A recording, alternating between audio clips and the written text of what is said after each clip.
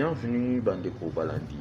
Il y a pour la Congo Télévision, Bino va épouser Libapoya Kolanda Biso une fois de plus à travers analyse Nabiso autres avec Osala par rapport à Yambela, Yamokonti Amboka, Félix Antoine Tshisekedi Otoyebi, Asila Kibongo, Ko Betali Solo, Topé Kolo, Baroussa, discours naïe devant le peuple congolais par rapport à la situation d'insécurité à l'est de la République démocratique du Congo. Tolanda Kibongo Nabokibi Makasi, Ko Mokonti Amboka, chef d'État, le commandant suprême de la police nationale et des forces armées congolaises, Asila Kibongo na vigueur topé na motivation nyonso ko beta bongo lisolo ko etali relation ko ezali ko exister entre République démocratique du Congo na Rwanda.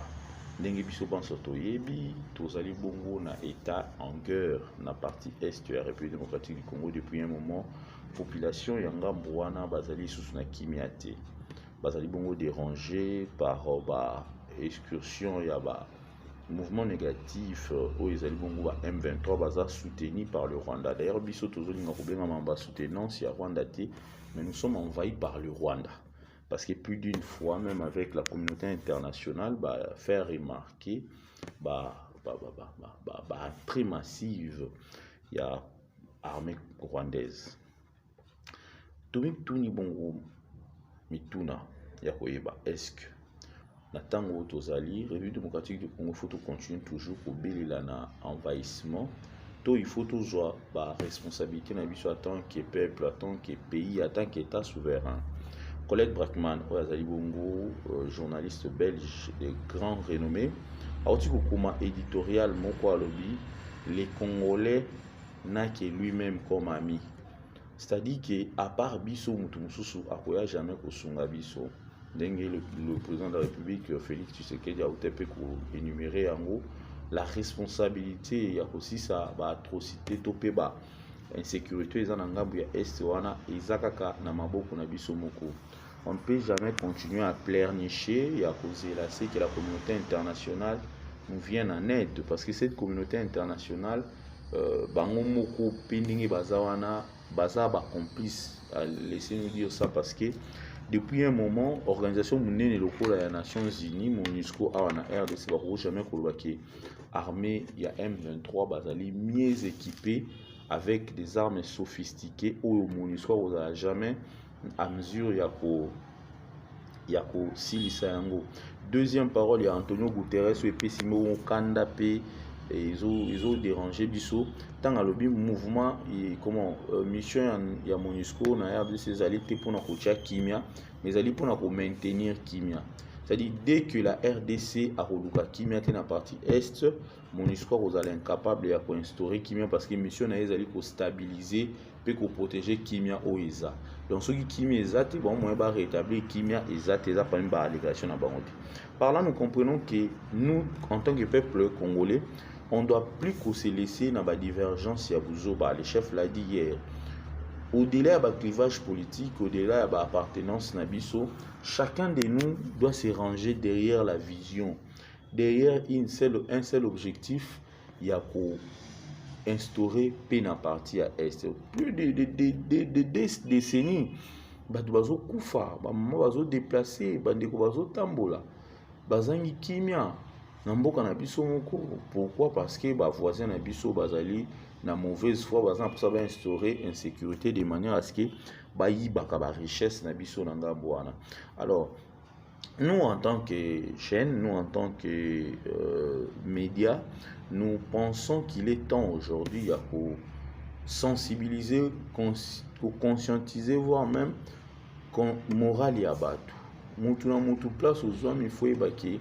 Aux en a grande responsabilité, il y a qu'à instaurer paix, il y a qu'à soutenir la FARDC parce que tout le monde plusieurs fois Rwanda n'a pas de opportunité à travers la négociation, à travers le partenariat, à travers le contrat signé, mais apparemment le Rwanda n'a pas la bonne foi, il y a qu'à RDC à calme ou soit bénéficier avantages minéraux au RDC de manière équitable.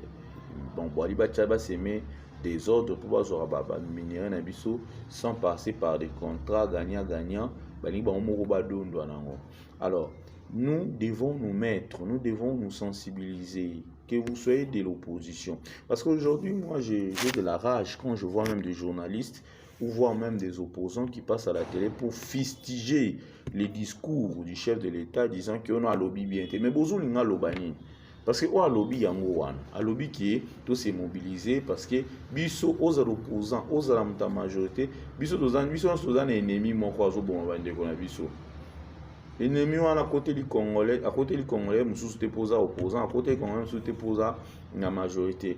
Yé azo bouma, azo semer désordre, azo semer terreur partout azo leka. Alors, pour le moment, nous savons que les élections auront lieu en 2023 dans les délais constitutionnels. Mais pour le moment, mettons ça de côté, privilégions d'abord la sécurité, la paix, la quiétude, parce que même dans un État qui n'est pas en paix, vous allez voir que les choses ne vont pas marcher. Parce qu'aujourd'hui, si toqué une élection car bongo bandeko bazana ngambo wana tellement insécurité zali pour comprendre que mambo otambola bien té. Alors tosengi bandeko tozala ini, tozala liboke, tozala mutu moko, to permettre que bandeko nyonso oyo bazana est ba vivre pe lokwa biso batozala soki na Kinshasa, soki na Mbujima, soki na nini. Arrêtons de nous stigmatiser. Donc arrêtons ya kosala ba bêtises ya pamba ko se fragiliser entre nous. Parce que je suis de l'IDPS, je dois fragiliser celui de la Mouka. Parce que c'est Martin Fayulu, je dois faire ceci, je dois... Non, on doit dire non. Nous devons continuer, nous devons nous unir, nous devons progresser dans un élan positif. Donc voilà, c'était un peu ça notre motivation. Nous pensons que il est temps aujourd'hui que chaque Congolais a à se mettre derrière la vision topé initiative président de la République à bengi à mobilisation générale, c'est-à-dire na minute où yobiso tout un objectif moko, la paix à l'est du pays. Objectif ezami balete ezami satute, objectif eza seye moko.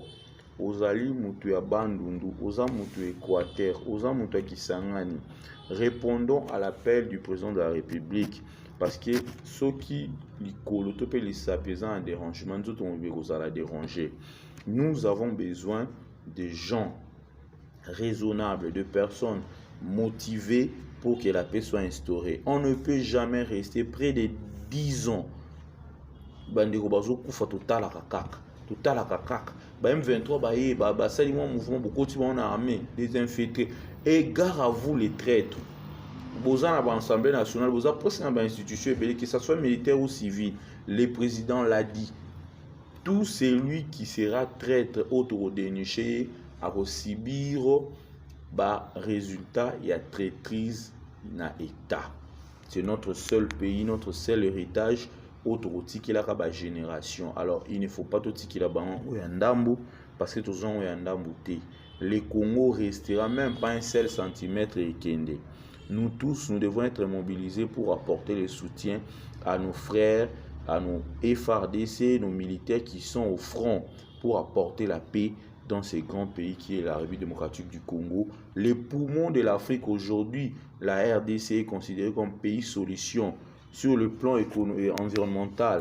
Donc nous avons de quoi protéger ces pays pour que les retours nous soient également bénéfiques. Merci de toujours suivre votre chaîne pour le Congo. Également de vous abonner, cliquez la cloche de notification. Chaque jour, Tourban reçoit analyse. Il y a situation sécuritaire, situation politique, situation économique, pourquoi pas situation culturelle.